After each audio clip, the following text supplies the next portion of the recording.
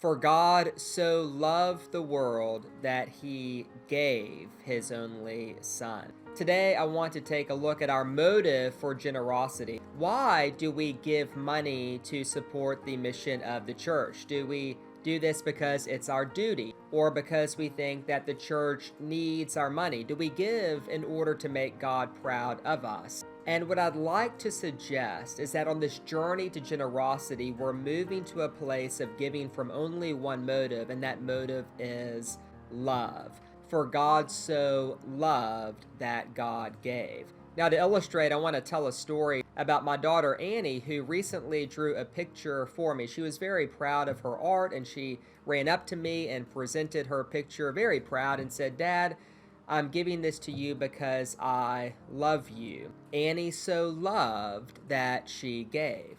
Now, as sweet as that is, we need to imagine a different scenario, one in which a nervous and insecure Annie runs up to her dad with a picture, very nervous, and says, "Dad, I drew you this picture because I'm hoping that if you like it enough, that you will love me."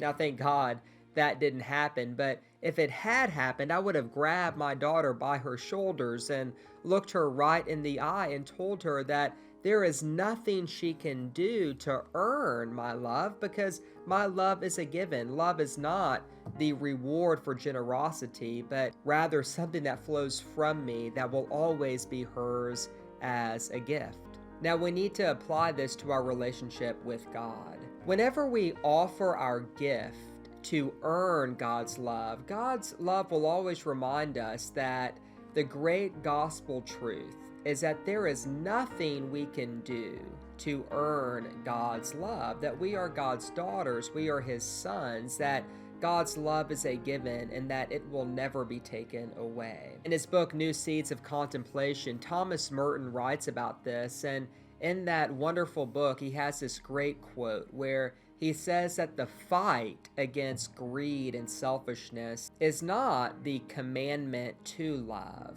but rather a prior commandment to believe.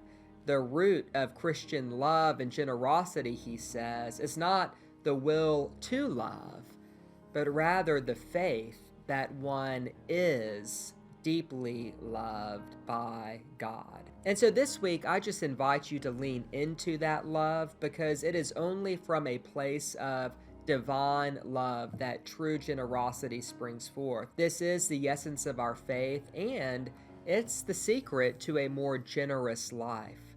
For God so loved that God gave.